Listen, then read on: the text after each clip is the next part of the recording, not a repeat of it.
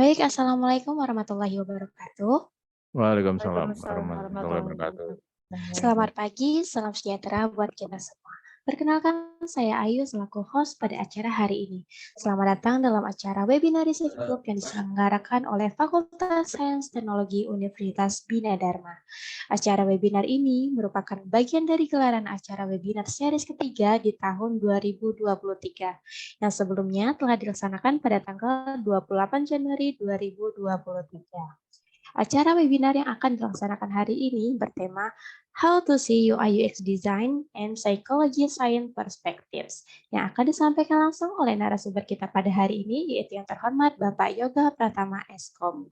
Serta akan dipandu oleh moderator kita pada hari ini, yaitu oleh Bapak Asok Prof. Leon Abdillah Eskom MMMTA yang sekaligus menjabat sebagai Koordinator Pusat Pelayanan Inovasi TIK, Smart System, dan Data Science. Tak lupa juga kami ucapkan terima kasih kepada Dekan Fakultas Sains Teknologi yang terhormat Bapak Dr. Tata Sutabri, MMSI, MKM. Dan juga kami ucapkan terima kasih dan selamat datang kepada seluruh peserta webinar yang hadir pada hari ini, yang berasal dari 23 institusi, yaitu dari Universitas Bina Dharma, Universitas Batu Medan, STAI Al Muhammad Cepu, Universitas Pembangunan Nasional Veteran Jakarta, Universitas Sriwijaya Palembang, Amik Sigma Palembang, Politeknik Negeri Sriwijaya Palembang, Politeknik Akamigas Palembang, Institut Informatika dan Bisnis Dharmajaya Lampung, UIN Raden Fatah Palembang, UNAMA Jambi, Undis Jakarta Timur, Universitas Muhammadiyah Palembang, DPMPTSP Oki Kayu Agung, BPS Provinsi Sumatera Selatan, Politeknik LP3I Bandung, Universitas Dinamika Bangsa Jambi, Kantor Pertahanan Kota Palembang, SMKN 1 Muara Enim, PT Sanghyang Putra Perkasa, Bank Syariah Indonesia, SMK Bina Sriwijaya, serta dari Institut Sains dan Teknologi Al-Kamal Jakarta. Baik Bapak Ibu, selanjutnya kita akan mendengarkan lagu kebangsaan Indonesia Raya.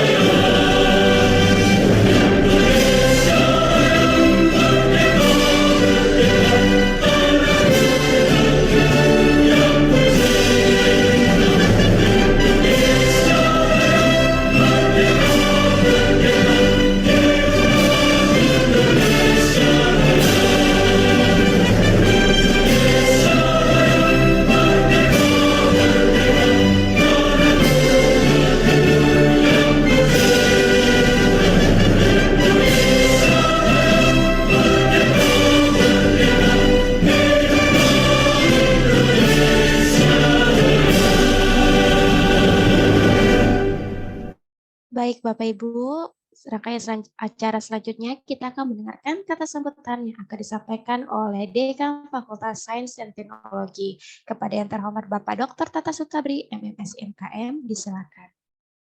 Ya, baik, terima kasih Bu Ayu. Bismillahirrahmanirrahim. Assalamualaikum warahmatullahi wabarakatuh. Selamat pagi Bapak Ibu semuanya, kawan-kawan mahasiswa. Yang saya hormati Bapak Leon dari Direktorat Riset dan Inovasi, dan yang saya hormati juga nih narasumber kita hari ini yang ganteng. Saya panggilnya Mas Yoga aja, Mas Yoga Pratama, karena beliau ini mahasiswa saya yang luar biasa nih ya, kalau di kelas. Nah, yang saya hormati juga ini ada kawan saya nih, kayaknya kenal cuma lupa ini ya. Mahasiswa saya banyak nih. Ada Pak Jul, Pak Teddy, ya, Axel, Julia dan sebagainya. Ya, ini ada dosen juga Pak Saryal, terima kasih sudah hadir. Pak Ade Putra, ya banyak sekali ya. Terima kasih sudah hadir menyempatkan waktunya dalam webinar seri ketiga ya di tahun 2023 ini di Fakultas Sains Teknologi. Oh ya, ada Pak Richard juga nih dari Jakarta, dari Depok ya. Pak Jerry juga, Pak. Selamat pagi Pak Jerry. Pagi. Ini orang penting pagi, ya Pak Jerry ini. Ya baik kawan-kawan mahasiswa, Bapak Ibu dosen, hari ini kita akan menyelenggarakan kembali sesuai agenda webinar di Fakultas Sains and Teknologi tentang UI UX ya.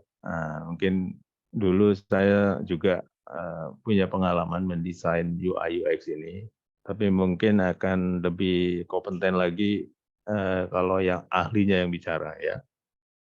Nah, sehingga nanti ini menjadi pengalaman buat kita semua dalam belajar gitu, dalam juga mencari pengalaman ya secara teknis gitu ya. Nah, Mas Yoga ini kalau saya lihat profilnya dia seorang developer ya. Jadi tahulah hal-hal teknisnya ya karena dulu juga saya pernah 17 tahun sebagai developer. Tapi sekarang udah bukan masanya lagi lah ya.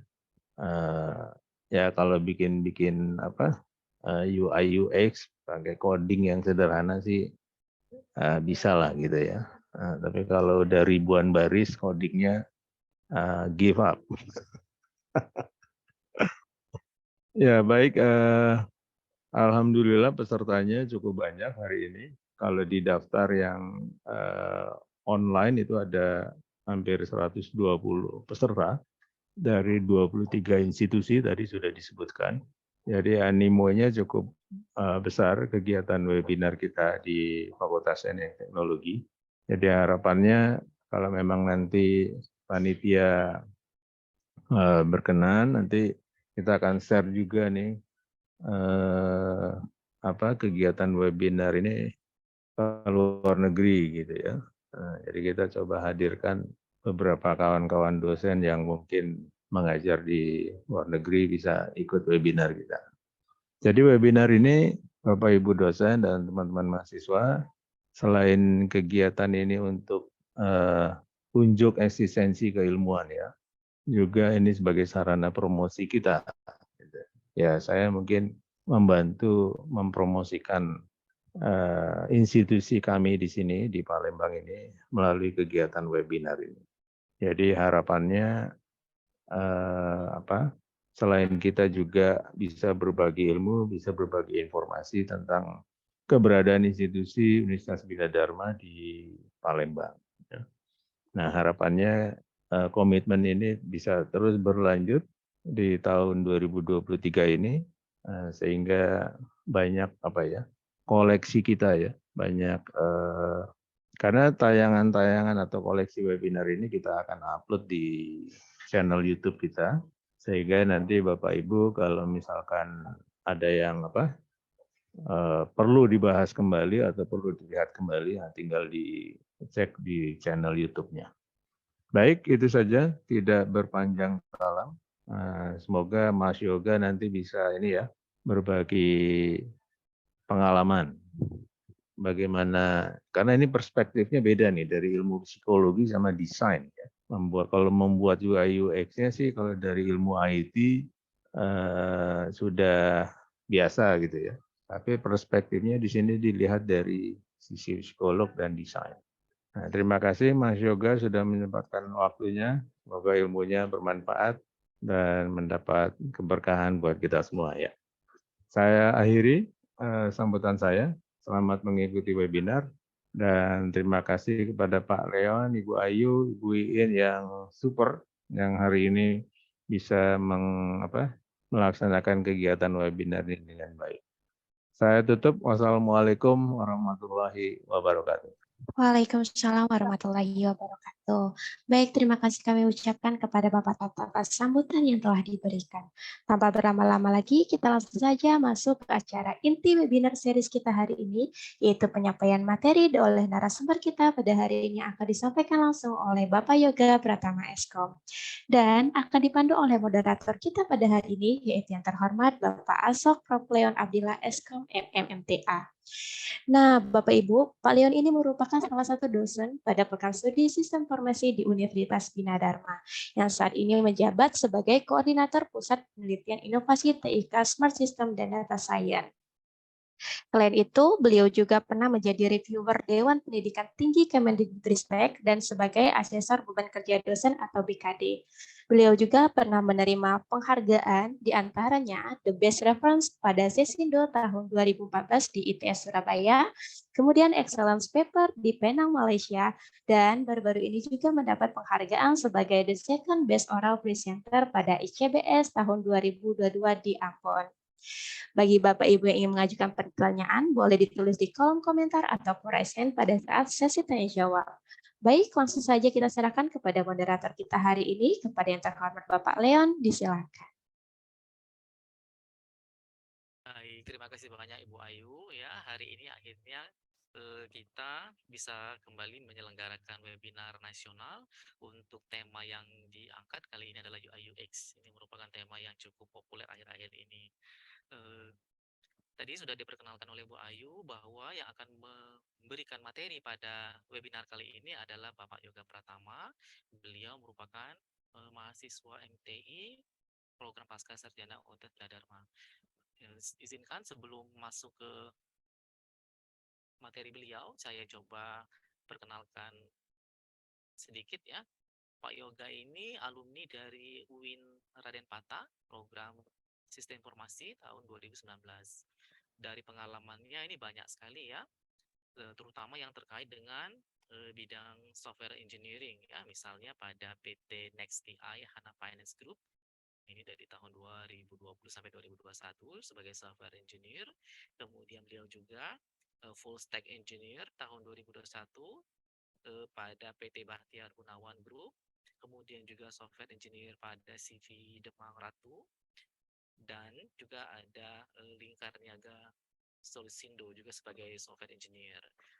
Sebagai seorang praktisi di bidang programming, Pak Yoga ini memang memiliki pengetahuan yang cukup ya untuk memberikan materi UI UX.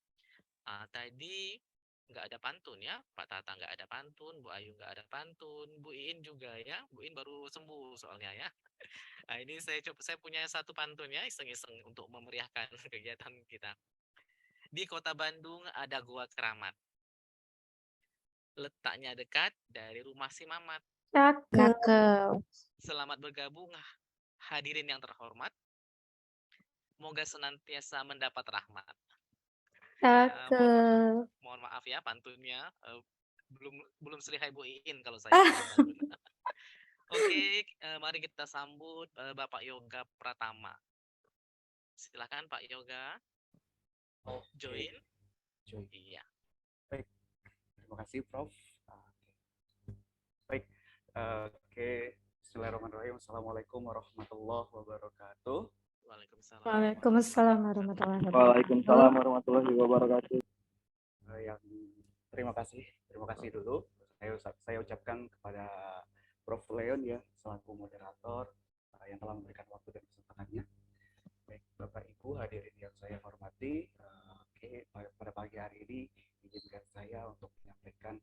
Suaranya bisa di-up sedikit Pak Yoga. Baik. Oke, Bapak Ibu hadirin, izinkan saya pada pagi hari ini untuk membagikan sebuah perspektif user interface dan user experience dari cabang rumpun ilmu komputer. Tapi kita melihatnya dari sisi perspektif desain dan psikologi. Baiklah Bapak Ibu, untuk yang pertama-tama mungkin Saya ucapkan terima kasih dulu kepada Universitas Bina Dharma, dalam hal ini grup riset, yang telah memberikan kesempatan kepada saya untuk membagikan hal-hal yang sebenarnya saya tidak bisa dibilang ahli. Saya juga masih statusnya student, masih mahasiswa. Jadi saya masih tetap harus belajar. Sampai kapanpun saya tetap belajar. Jadi kalau dibilang ahli mungkin rasanya kurang pas. Begitu, Prof. Begitu, Pak Tata. Kemudian saya juga ucapkan terima kasih kepada Bapak Ibu hadirin yang sudah menyempatkan waktunya untuk hadir pada kegiatan pada pagi hari ini. Semoga apa yang nanti akan saya sampaikan bisa menambah wawasan, menambah knowledge, pengetahuan untuk kita semua, dan siapa tahu bisa jadi salah satu bekal. Mungkin teman-teman ada yang mau berkarir juga pada bidang user interface dan user experience. Baik Bapak Ibu hadirin, tidak perlu berlama-lama. Kalau Pak Leon tadi pantun, saya juga mungkin mau pantun juga. Cakep. Pagi-pagi makan ketupat, masih pagi harus tetap semangat. Cakep. Oke, Bapak Ibu Mantap hadirin. dong. Itu kayak moto. Kayak Iya. moto. Untuk Iya. menu sarapan kegemaran Bu Iin itu Pak Yoga. Betul. Tapi karena itu ketupat ya, untuk orang-orang Jakarta mungkin biasa makan ketupat. Kalau Palembang pasti selalu cuko. Oh, Pepek. Pagi-pagi pasti cuko begitu. cuko ya, makan cuko Betul. kalau orang Palembang. Makan cuko Pak Tata. Cuko Ya. dihirup Pak Tata. Oke, Bapak Ibu hadirin, terima kasih sekali lagi, terima kasih. Mungkin saya langsung saja akan share screen materi saya. Tunggu sebentar, saya akan share screen.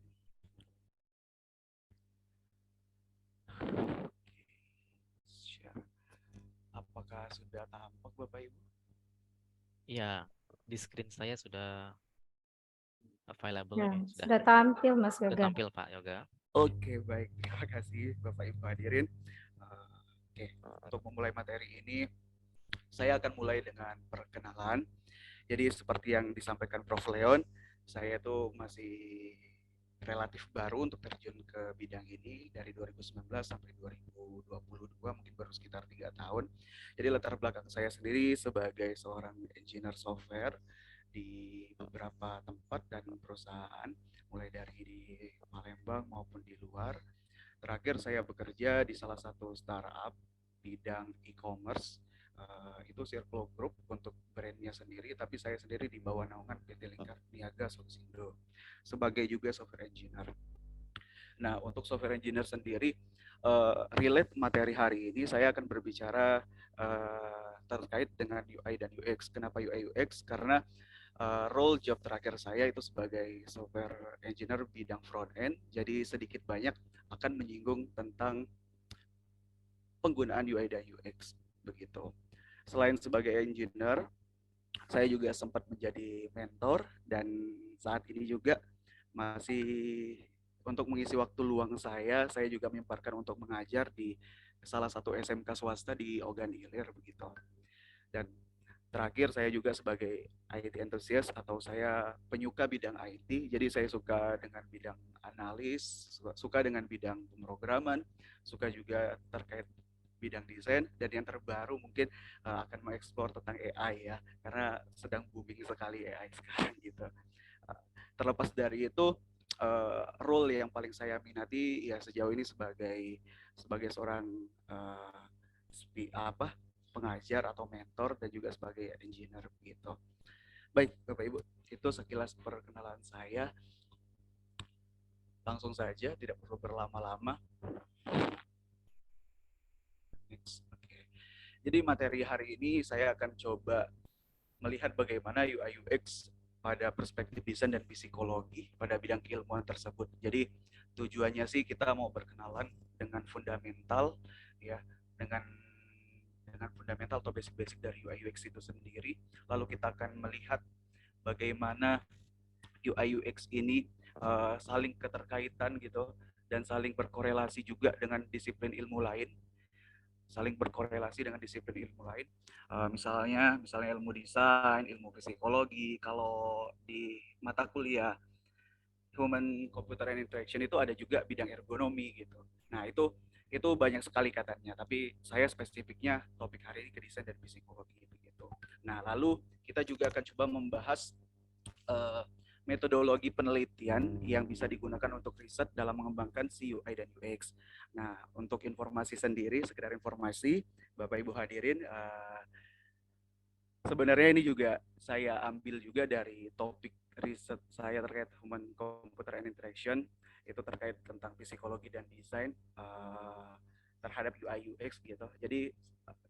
Jadi secara spesifik nanti mungkin akan saya bahas juga untuk isi dari metodologi yang sudah saya pakai, yang saya sudah implement, tapi juga saya akan coba bawakan ini juga secara general, karena dari yang saya tahu informasinya juga banyak sekali yang cukup banyak yang daftar dan itu lintas institusi, dan kalau kita bicara teknis secara gamblang gitu mungkin ada yang kurang familiar, ada yang mungkin belum terbiasa, maka dari kesempatan ini saya akan coba bawa secara general, lalu nanti akan ke spesifik ke metodologi penelitiannya. Begitu Bapak Ibu. Oke, lanjut. Ya, boleh. Nah, ya lanjut. Tujuannya apa?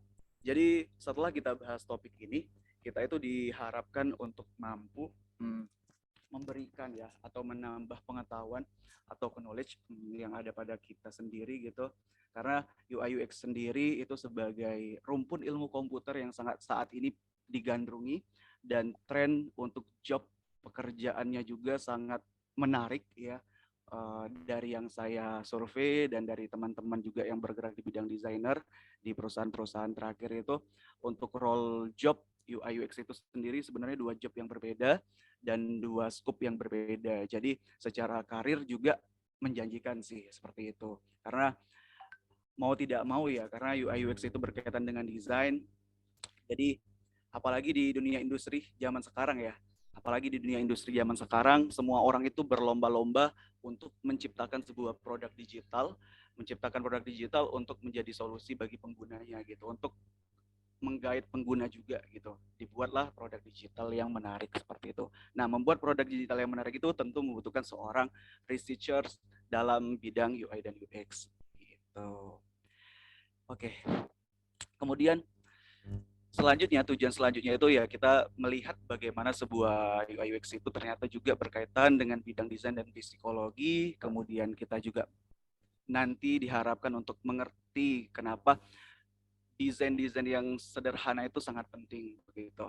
Kemudian setelah kita melihat bagaimana detail-detail yang sangat penting, kita juga nanti akan mencoba bagaimana kita melihat eksekusi dari UI UX desain itu seperti apa gitu ya, seperti apa yang baik, yang bagus gitu. Nah, kemudian yang terakhir tujuannya karena ini kita ada di rumpun pendidikan, jadi selain di industri saya juga akan coba membawa atau menyampaikan terkait dengan implementasi dan kombinasinya lewat metodologi riset yang ada pada UI UX design seperti itu Bapak Ibu. Oke. Nah, kontennya sendiri secara umum ada 4 ya, ada 4. Ada basic UI UX, prinsip-prinsip dasar, kemudian isu-isu umum, kemudian perspektif desain dan psikologi, dan mitologi gitu. Nah, penyajian riset ini sebenarnya nanti itu kalau misalkan banyak ya, karena akan banyak sekali, tapi mungkin penyajian riset secara spesifik gambarannya itu yang saya pakai gitu, seperti itu Bapak Ibu. Selanjutnya, oke, kita mulai masuk ke materi. Oke Bapak Ibu, jadi mungkin ada pada hari ini yang mungkin sudah familiar dengan UI UX. Apa jadi UI UX itu? Nah, kalau kita perhatikan di gambar, mungkin kalau kita bisa lihat di gambar, itu ada botol kecap, ya botol kecap. Kalau yang sebelah kiri itu didesain menggunakan kaca, dan kalau yang sebelah kanan itu didesain secara botol plastik, gitu kan. Nah, apa bedanya? Gitu. Jadi semua botol itu adalah, apa yang kita lihat pada botol ini adalah user interface kan gitu. User interface. Nah, jadi user interface itu kalau kita lihat apa ya? Gitu ya. Antar muka, kalau bahasa Indonesianya antar muka pengguna yang digunakan untuk interaksi gitu. Kan begitu Bapak Ibu. Jadi kita bisa melihat botol kecap itu sebagai apa, gunanya sebagai apa, mungkin bisa kita tambahkan untuk makanan, atau mungkin bisa kita tambahkan untuk masakan begitu. Nah, tampilan botol itu adalah user interface atau antarmuka begitu. Nah, sementara UX-nya sendiri apa? UX-nya sendiri itu adalah ketika kita menggunakannya. Jadi mungkin Bapak Ibu ada juga yang sering makan bakso atau makan mie ayam mungkin ya, yang di tempat bakso atau mie ayamnya itu masih menggunakan botol botol kaca gitu. Nah, itu kan kalau kita mau mengeluarkan kecap atau sausnya itu kan butuh effort kan, mungkin dikoncang-koncang gitu. Mungkin dikoncang-koncang terus dari atas mungkin dari bawah itu kita timpuk lah ya, kita timpuk dari atas biar keluar gitu kan. Nah, sementara di desain yang sebelah kanan UX-nya itu sendiri karena tutupnya besar, jadi tidak perlu effort lebih untuk mengeluarkan isinya gitu, isinya dari botol saus atau kecap itu sendiri. Dan juga secara botol plastik itu tidak mengeluarkan effort lebih untuk kayak botol kecap tadi kan, botol kaca gitu, cukup dipencet hasilnya keluar gitu Bapak Ibu. Jadi jadi kalau misalkan secara sekilas mungkin Bapak Ibu sudah bisa mengambil kesimpulan apa itu UI UX kan gitu. Jadi kalau misalnya dari rumpun teknologi desain ya, dari rumpun saya sendiri, kalau kita engineer biasanya menyebutnya itu, kalau yang botol kaca itu sebagai desain yang tradisional, tapi kalau yang UI sebelah kanan itu sebagai desain yang modern gitu. Nah, jadi Bapak Ibu, walaupun mereka terlihat sama botol kecap, tapi pada prinsipnya, pada experience-nya itu akan berbeda ya gitu ya. Karena kenapa? Karena sebuah UI yang didesain itu mungkin mempertimbangkan sesuatu di balik itu ya. Mungkin mempertimbangkan solusi, atau mungkin mempertimbangkan kebutuhan pengguna, atau mungkin mempertimbangkan pasarnya seperti itu. Jadi balik lagi, ada pertimbangan biasanya sebelum kita mendesain sebuah produk digital. Nah, itu Bapak Ibu. Oke. Sebentar. Nah, UI dan UX yang di bawahnya itu sendiri, selain desain interface, desain UX itu juga ada pertimbangan juga. Kenapa mungkin misalnya kita desain pakai botol kaca gitu kan? Mungkin ada pertimbangan agar produknya terjaga gitu. Ya begitu. Selanjutnya, nah ini adalah secara teori bahwa UI itu adalah tampilan antarmuka untuk pengguna gitu ya. UI is the display of the user interface. UI design is used to make the interface beautiful ya. Jadi desain UI itu dibuat dan digunakan agar tampilan antarmuka itu menjadi menarik dan menjadi cantik gitu Bapak Ibu. Nah, sedangkan UX sendiri, UX itu is the user experience when using an interface. UX design is used to make the interface usable gitu kan. Kalau secara kitanya sendiri memahami, UX itu adalah pengalaman pengguna ketika kita menggunakan sebuah antarmuka. Jadi ketika kita menggunakan sebuah UI, ketika kita menggunakannya itu adalah experience-nya gitu. Itu yang dinamakan experience-nya. Jadi UI design itu membuat sebuah interface itu dapat digunakan. Nah, sederhananya begini Bapak Ibu. Jadi kalau misalnya kita punya aplikasi Gojek atau aplikasi Grab yang transportasi online lainnya, ya kalau kita perhatikan ya, apapun yang tampil ya di screen, misalkan teks, ilustrasi, button, icon, map ya, itu semuanya adalah user interface. Apapun itu, baik itu grafik atau simbol ya, itu semuanya user interface. Kemudian kalau UX sendiri itu experience-nya itu sendiri. Jadi kalau misalkan kita perhatikan pada gambar, di gambar itu kalau kita perhatikan ada alamat, ada titik, peta gitu. Nah, ketika kita melakukan mengklik segala macam itu, input order, input address, payment process ya, atau lain sebagainya, itu dinamakan user experience. Jadi sampai di sini persepsinya insya Allah sudah sama terkait UI dan UX begitu. Jadi segala sesuatu yang tampil itu interface, dan segala sesuatu dari yang tampil itu bisa kita gunakan itu adalah experience. Baik Bapak Ibu. Nah, dalam mendesain sebuah UX sendiri, oke Bapak Ibu, sorry, saya akan runut dulu, saya akan mulai dari UI UX ya. Jadi ya akan mulai dari UX dulu, nanti baru UI gitu. Nah, Bapak Ibu, UI desain sendiri sebenarnya ada prinsip-prinsip dasar yang harus kita perhatikan sebelum kita mendesain dari sebuah experience gitu kan.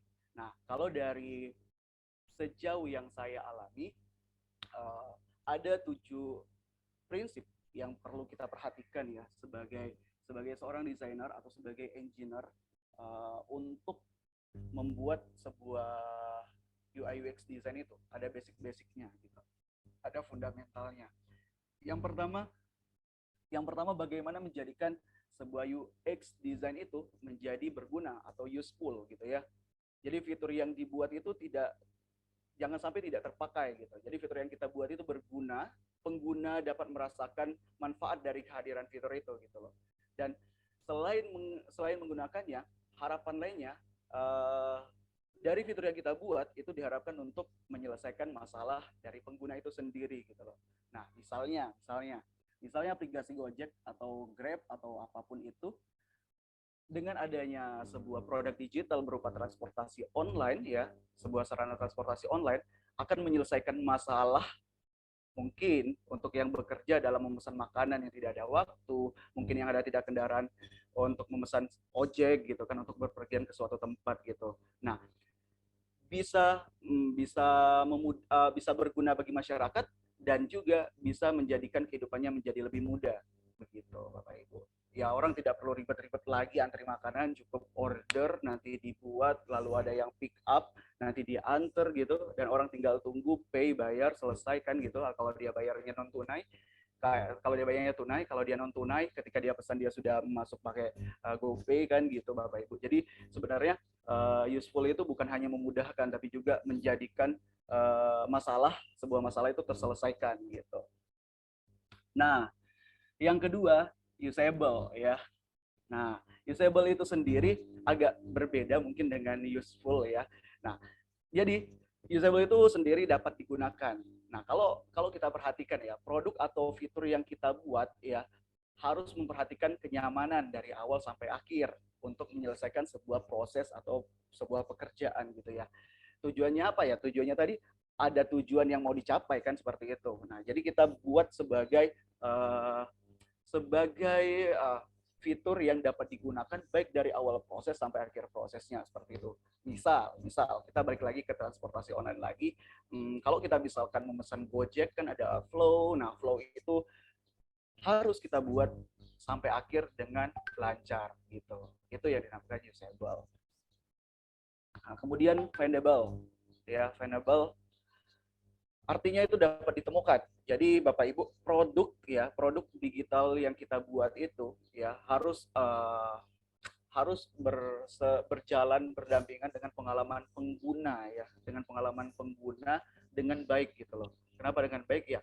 Agar dapat ditemukan gitu loh. Jadi misalkan begini, misalkan Bapak Ibu membuat sebuah produk digital kan, tapi produk digitalnya itu tidak dibutuhkan oleh masyarakat. Siapa yang akan pakai itu kan, seperti itu. Nah, jadi kalau misalnya produk digital kita yang kita buat itu menjadi solusi masyarakat, ya produk digital kita itu akan mudah ditemukan gitu. Oh, orang ketika mau belanja ingat Shopee, ingat Tokopedia gitu loh Bapak Ibu. Nah, jadi buatlah sebuah experience design itu sebagai yang mudah ditemukan gitu loh.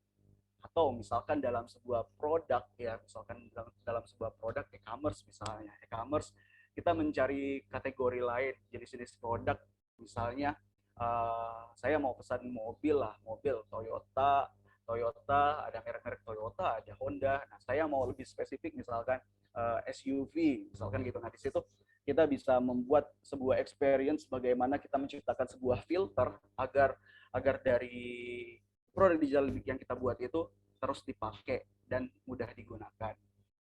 begitu Bapak Ibu.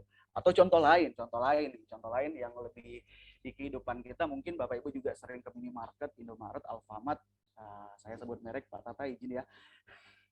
Oke, jadi mungkin ada yang sering ke Indomaret. Nah, secara tidak langsung sebenarnya pola minimarket itu sebenarnya sudah didesain gitu loh. Jadi orang dapat menemukan misalkan produk susu ada di rak bagian belakang, umumnya begitu. Kalau kita perhatikan di beberapa minimarket gitu kan.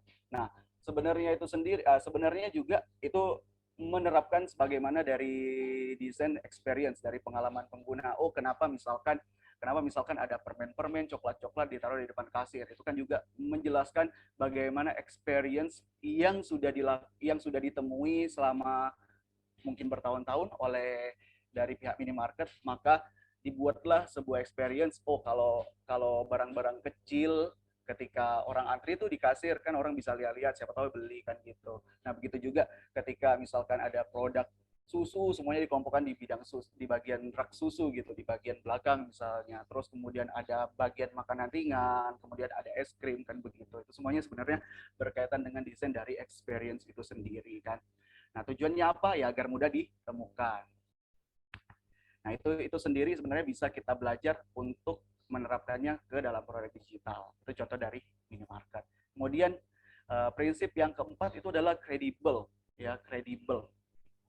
Kredibel di sini artinya tuh orang percaya loh, orang percaya dengan kemampuan dari produk atau layanan digital yang kita buat.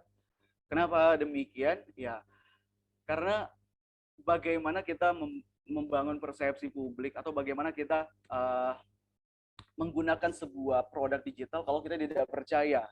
Dalam tanda kutip, misalkan saya pribadi saya sendiri dalam tanda kutip pernah menggunakan beberapa aplikasi atau produk digital yang membuat saya itu merasa tidak nyaman. Artinya saya muncul, oh ini berarti tidak kredibel. Misalkan saya memesan sesuatu, ternyata sellernya ternyata melakukan kecurangan dan kemudian tidak ada tindak lanjut dari pihak e-commerce kan gitu sebagai pasar tempat mereka memasarkan dagangannya. Nah, di situ itu membuat sebuah kredibilitas itu kalau saya sih sendiri itu sudah berpengaruh begitu. Nah, itu kenapa pentingnya kita kita mendesain sebuah pengalaman experience dari pengguna itu menjadi kredibel. Karena kalau orang sudah kredibel, orang akan mempromosikan produknya tidak ragu-ragu gitu loh. Oh, kamu ini aja, kamu pakai ini aja aplikasi itu. Ternyata aplikasi itu mudah. Misalkan saya pesan tiket pesawat.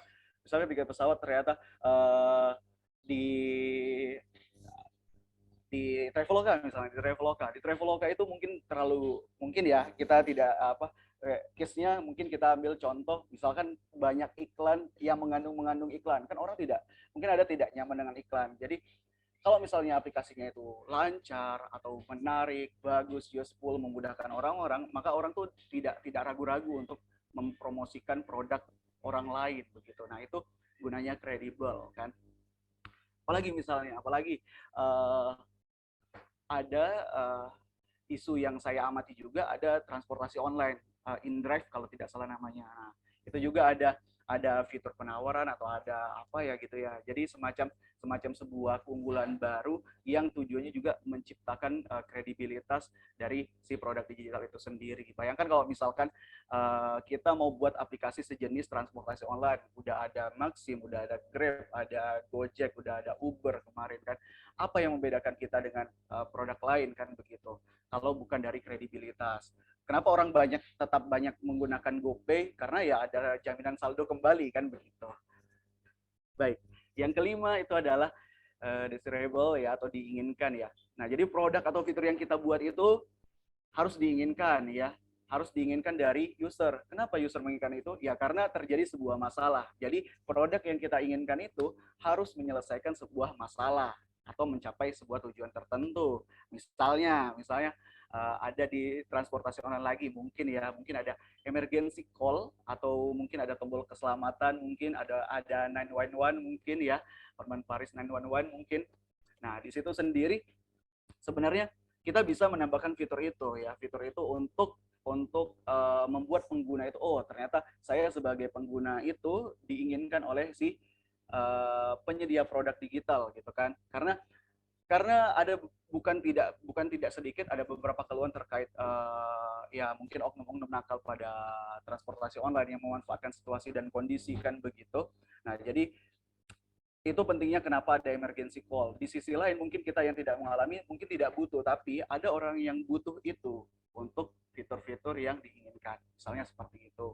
Lalu apalagi ada contoh-contoh lain ya transportasi yang tidak diinginkan mungkin ya contoh yang tidak diinginkan itu GoPidget ya yang pernah di Gojek ya sampai sekarang tidak berkembang juga, mungkin peminatnya sedikit begitu. Apalagi kalau kita perhatikan cakupannya juga biasanya Gojek transportasi online itu menyasar ke kota-kota besar. Kemudian yang keenam ada Venable, itu dapat diakses ya, aksesibilitas yang memberikan sebuah experience ya yang dapat diakses oleh si user atau pengguna kan. Nah, balik lagi ke contoh yang emergency button. Emergency button itu mudah diakses gitu loh, mudah diakses atau dapat diakses oleh user pengguna transportasi online sewaktu-waktu button itu diperlukan. Ya misalnya ada indikasi mungkin penculikan, nah itu bisa digunakan seperti itu. Kemudian yang terakhir, valuable atau memiliki nilai atau berharga ya. Nah, jadi pada akhirnya sebuah produk itu ya harus memberikan sebuah value atau nilai yang bermanfaat ya. Memberikan nilai itu tidak hanya kepada user sendiri ya. Memberikan value itu tidak hanya kepada user, tapi melainkan juga sebagai pemilik bisnis ya. Kalau kita bangun bisnis, bangun produk, kalau kita rugi ya buat apa kan begitu. Jadi pada akhirnya sebuah pengalaman pengguna itu selain mendatangkan pengalaman kepada pengguna, jadi kita juga bisa mendatangkan pengalaman ya, memiliki nilai valuable kepada pemilik bisnis itu sendiri. Nah, begitu Bapak Ibu. Oke, selanjutnya. Nah, oke. Kalau ini sebenarnya kalau Bapak Ibu lihat pada gambar, ini sebenarnya adalah lingkup atau irisan ya. Mungkin lingkup, scoop ya, lebih kepada keirisan gitu ya. Yang ada pada desain UX gitu. Jika diamati, UX ini berhubungan dengan banyak ranah ya, tapi tujuannya tetap sama, yakni kita tujuannya adalah meningkatkan product experience. Oke, lanjut. Nah, berikutnya, ya Bapak Ibu kita bisa lihat gambar ya. People are interacting with technology, UX design will never be finished.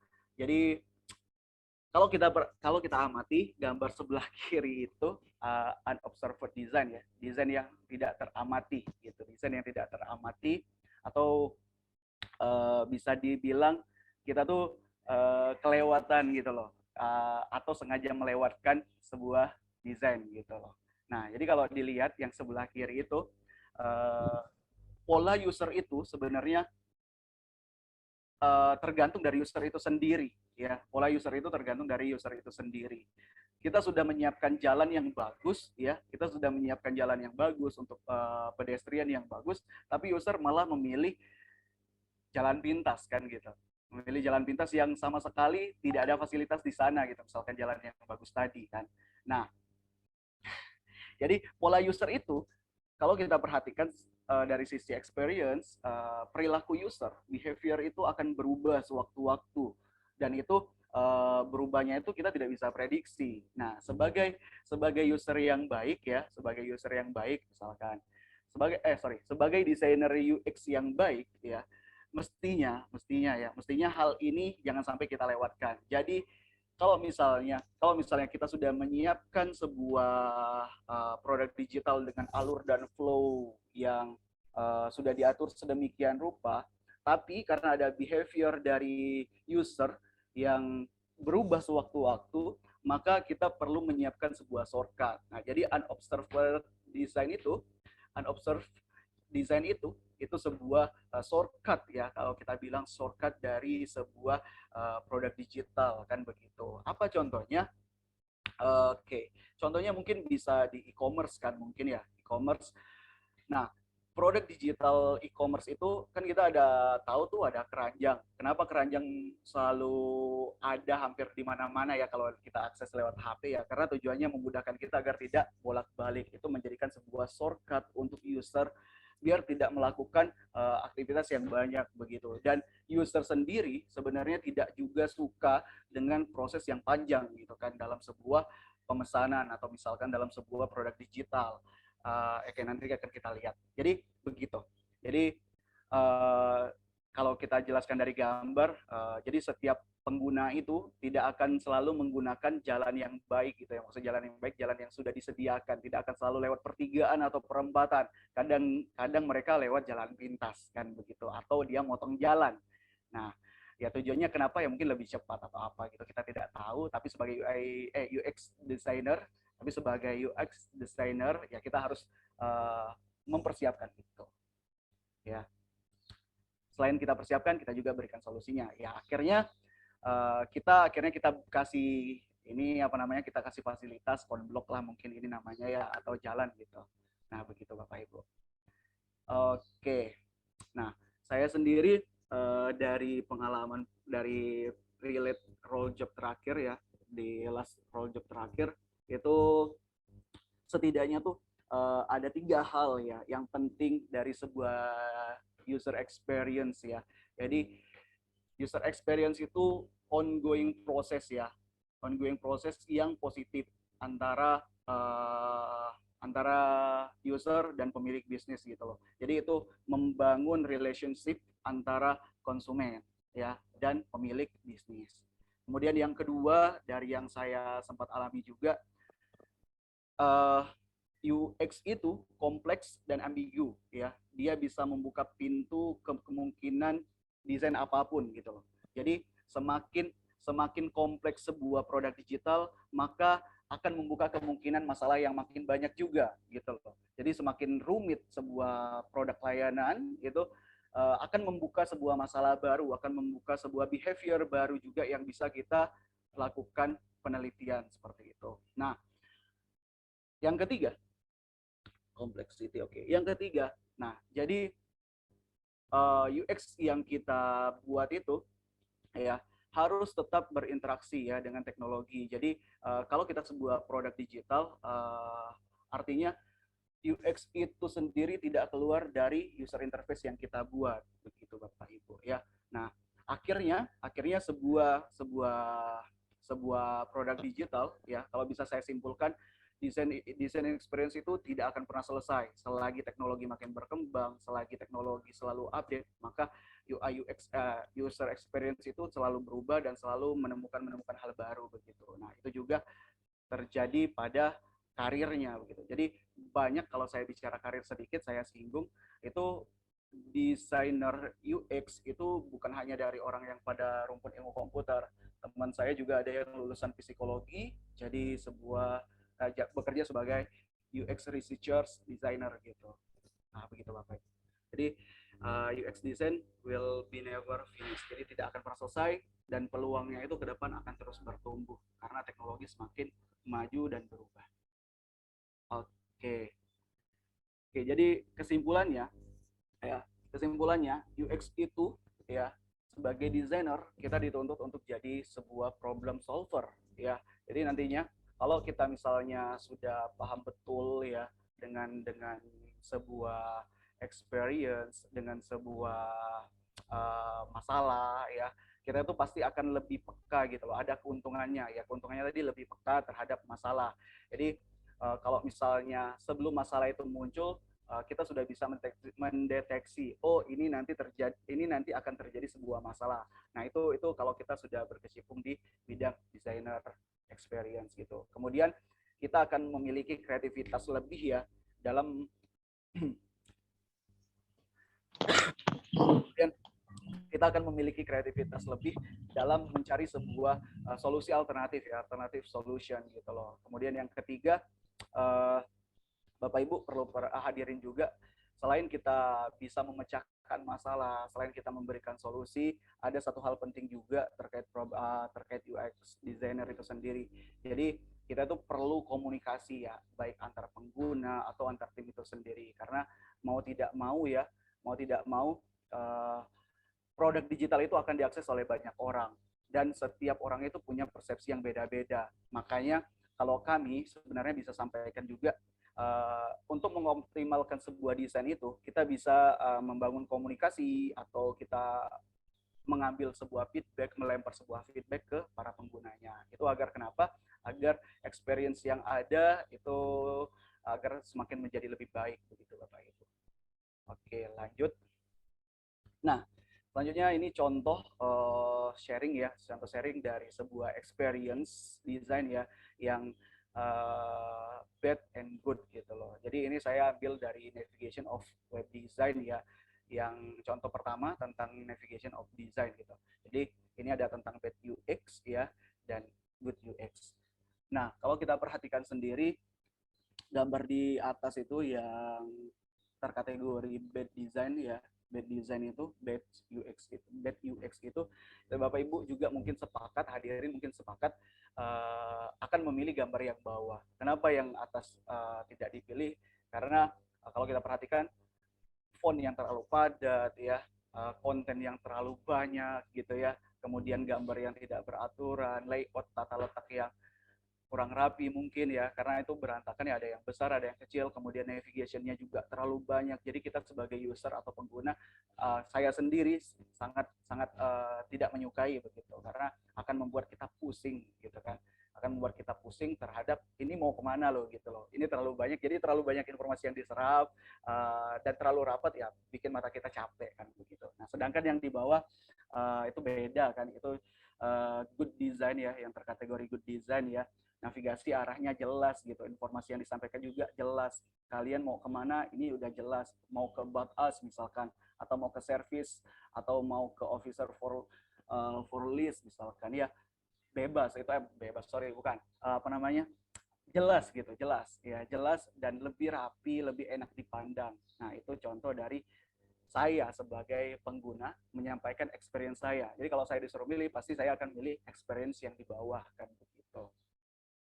Ada lagi contoh lain terkait link dan wrong call to action button setting ya. Jadi CTA ini call to action settings ya, gitu. Nah itu contohnya. Nah misalkan begini, desain yang di atas itu kenapa bisa dikatakan buruk? Ya karena kalau kita perhatikan image numpuk, font numpuk, link numpuk gitu ya, tulisan tidak terbaca jelas, call to action juga mau kemana nggak jelas kan gitu. Jadi kalau kita sebagai desainer sepakat untuk yang hal-hal begini sebaiknya dihindari, karena kita akan lebih memilih yang di bawah. Karena kenapa? Karena kalau yang di bawah itu kita jelas ya, call to action-nya ada gitu. Call to action-nya jelas, ada about, ada explore now, ya ada become a scout. Nah itu kan kalau kita perhatikan juga tidak menumpuk, tertata rapi, layoutnya juga rapi gitu kan. Sebagai pengguna, saya akan memilih pengalaman yang baik tentu yang di bawah gitu daripada yang ini. Ini kalau diperbesar juga menumpuk ya, karena ini menumpuk sekali. Oke, next. Oke, next ini adalah, nah Bapak Ibu hadirin, jadi role job saya terakhir itu saya di e-commerce industri ya. Saya dan teman-teman itu membuat sebuah produk digital e-commerce untuk banyak brand gitu, untuk banyak brand as a client gitu.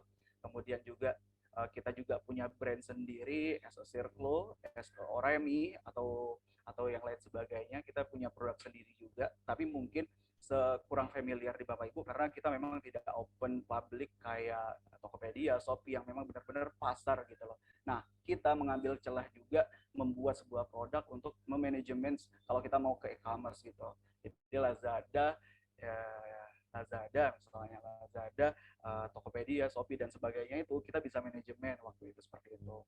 Nah, karena saya bergerak di bidang e-commerce, jadi saya mungkin akan sampaikan juga contoh dari e-commerce ya. Nah, kalau kita perhatikan Shopee ya Bapak Ibu atau Tokopedia Bapak Ibu, kalau saya sendiri sebagai user ya akan sedikit males kalau untuk mencari sebuah produk yang tidak jelas begitu. Contoh yang produk tidak jelas itu bagaimana nih, misalkan ya, ini produk namanya baju Hanky Knit Black misalkan gitu.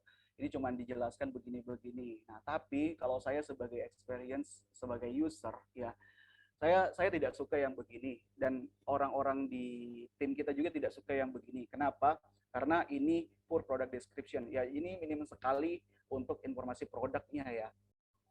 Sangat minim sekali. Karena kenapa? Kita sebagai experience, apalagi pengguna ya, pengguna experience-nya kan beda dengan yang belanja langsung. Kita tidak bisa pegang produk, kita tidak bisa lihat bahannya, kita tidak bisa yang merasakan bagaimana bahan itu sendiri di kulit kita, kan begitu. Nah, sebagai penyedia layanan digital yang baik, kita sebenarnya perlu memperhatikan hal itu. Jadi kita memberikan informasi yang detail, karena itu akan berdampak kepada experience pengguna. Bayangkan kalau orang yang produk tidak jelas, apa ada orang yang akan beli, kan begitu logikanya. Oke, lanjut. Nah, ada juga kategori yang buruk ya, kalau kita perhatikan di e-commerce itu ada namanya kategori produk. Jadi untuk mengelompokkan produk-produk tertentu menjadi dalam sebuah satu kategori. Nah, tapi ini bisa dibilang sebuah kategori yang tidak disukai, karena kenapa? Karena filternya juga menumpuk, layoutnya juga berantakan, begitu ya. Jadi kalau diperhatikan ini kan tidak rata, kemudian ini juga menumpuk, kemudian apalagi, kemudian layoutnya tidak beraturan lah ya, begitu. Nah, secara experience saya juga terganggu, dan as a team waktu saya kerja role jobnya walaupun sebagai front end engineer waktu itu, kita sebisa mungkin berusaha menerjemahkan desain itu tidak seperti ini. Jadi kalau misalkan nantinya ya, kalau misalkan hal begini luput dari tim desainer, kita akan hindari. Jadi kita berusaha sebisa mungkin agar sebuah kategori itu tidak menumpuk. Nah, begitu Bapak Ibu. Oke, selanjutnya ada lagi nih, pasti Bapak Ibu yang suka belanja online, hadirin yang suka belanja online, ada checkout proses ya. Bayangkan kalau checkout prosesnya begini, lama sekali ya Bapak Ibu ya. Tentu akan menyita waktu, membuat kita kesel kadang ya, begitu. Nah, jadi sebisa mungkin hal-hal yang panjang, proses panjang begini dihindari. Jadi akan lebih baik itu kita bikinnya step by step gitu. Jadi jangan langsung seabrek gitu, seabrek banyak begini. Nah, itu akan mempengaruhi experience user juga begitu. Oke.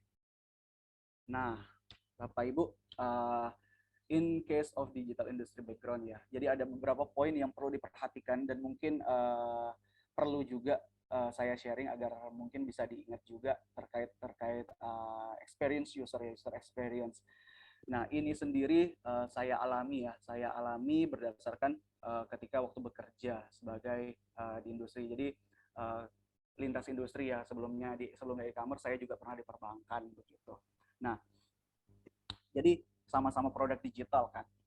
Tapi dari semua latar belakang itu sendiri, yang saya bisa sharing itu adalah ada 5 poin ini sih. Ada 5 poin ya. Discover ya, bagaimana kita melihat sebuah permasalahan. Kita bisa mencari sebuah permasalahan di sekitar, kita lebih peka gitu loh terhadap sebuah masalah. Misalkan kalau di industri perbankan ya, kalau misalnya button ini bakal membuat kejadian tak terduga, misalkan salah transfer atau segala macam, ya mending dikasih notifikasi atau validasi, kan begitu. Nah, kemudian ada explore ya, ya kita jelajahi lah, kita mapping ya. Kalau ternyata ada potensi isu atau potensi masalah ya yang bisa muncul, maka harus kita cari atau kita coba untuk cari solusinya begitu. Nah, kemudian ada tes ya. Kalau sudah punya solusi ya, untuk mengetahui solusi itu work atau tidak ya, baiknya kita tes gitu kan, kita trial error gitu loh.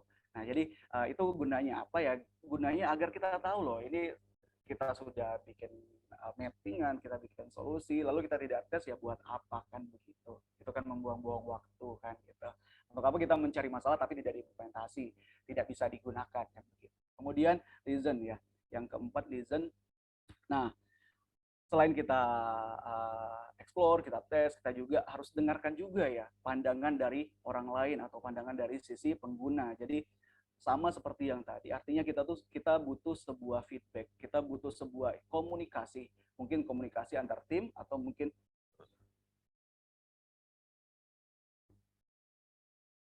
ya, oke.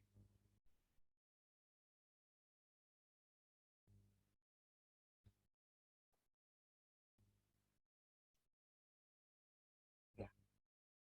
Tidak apa-apa Bapak Ibu ya, itu saya juga tidak terpaku ke situ juga ya. Maksudnya oke, jadi balik lagi, sorry ada gangguan sedikit.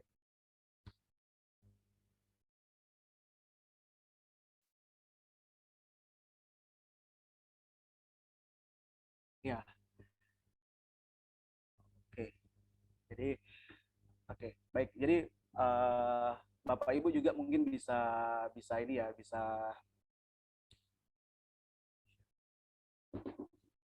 oke. Gak apa-apa Bapak Ibu ya. Jadi kita bisa bisa ini, kita bisa intes. Oke, sorry, sebentar. Nah, balik lagi. Oh, mana ya? Stable. Why? Oke. Oke, nah jadi eh ya, jadi kita sebagai sebagai desainer itu kan perlu ada empati kan, empati terkait dari eh, sebentar Bapak Ibu.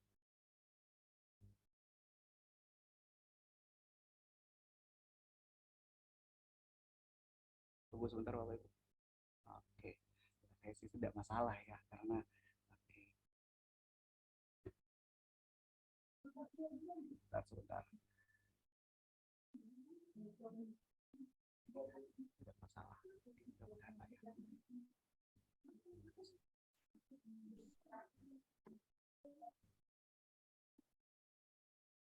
Oke.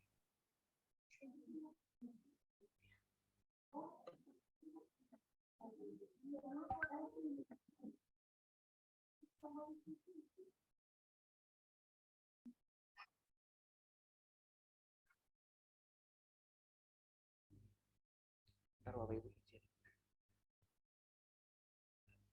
Wait, wait.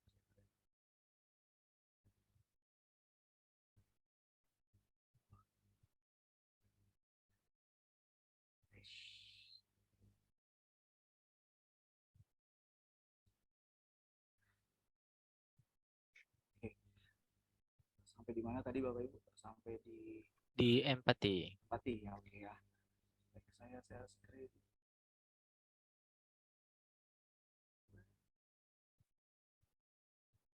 Oke. Muncul lagi Bapak Ibu? Belum. Belum ya? Muncul. Halo. Jam dinding. Belum muncul PPT-nya.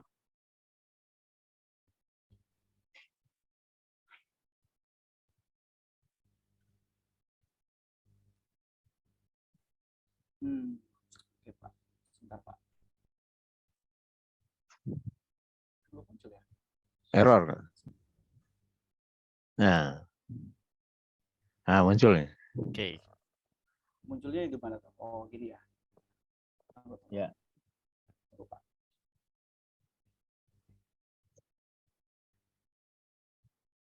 Eh.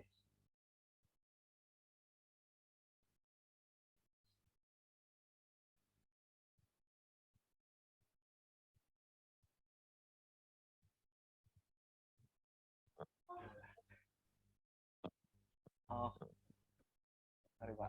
Oke baik. Sampai empati ya. Jadi empati.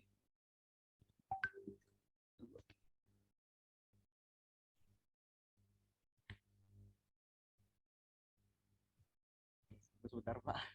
Ini in case ya digital industry background gitu ya. Sampai di empati. Saya lagi share. Oke. Muncul ya? Ya. Oh, munculnya ini ya? Sudah muncul? Iya kan? Oke. Oke. Langsung aja jelasin yang pernah saya ajarin. Ya. Ini muncul ya Pak? Ya, muncul. Ya, oke.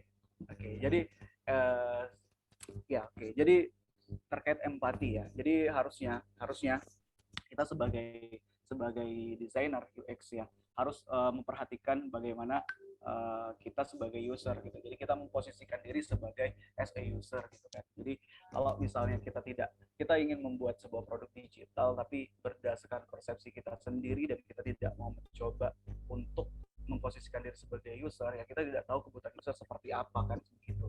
Nah Ya kalau misalkan kita suka kita, ya artinya produk digital itu hanya kita yang akan pakai kan gitu. Nah, makanya perlu sebuah empati untuk untuk sebuah produk digital untuk sebuah produk digital dari sisi experience. Oke, terkait UX sudah cukup. Saya mau masuk ke UI. Selanjutnya masuk ke UI kan kita. Karena pembahasan kita terkait UI UX, jadi tadi UX dan ini UI. Apa itu UX? UX itu untuk membuat sebuah user interface, read the user interface ya gitu, agar bisa digunakan, mudah digunakan kan gitu. Kemudian enak dipandang lah ya.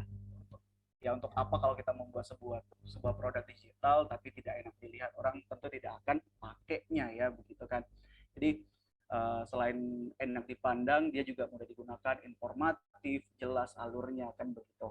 Jadi itu untuk memberikan sebuah kenyamanan ya, kenyamanan visual dari kita sendiri sebagai pengguna ya, dan juga memberikan tadi kalau misalkan UI-nya bagus, tentu akan berdampak kepada si experience-nya begitu Bapak Ibu hadirin. Nah, UI sendiri ada beberapa prinsip ya. Ada beberapa prinsip, jadi ada 5 prinsip ya.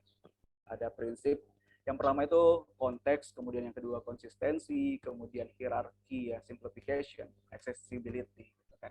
Ada 5 itu terkait prinsip fundamental ya, prinsip-prinsip dasar terkait user interface. Nah, oke, kita bahas satu-satu. Jadi konteks ya. Yang pertama konteks. Jadi kalau kita bicara konteks, Bapak Ibu mungkin sudah cukup sering lah ya, sering terdengar lah ya. Apa itu konteks kan gitu? Apa itu konteks? Ya, oke. Apa itu konteks lah ya?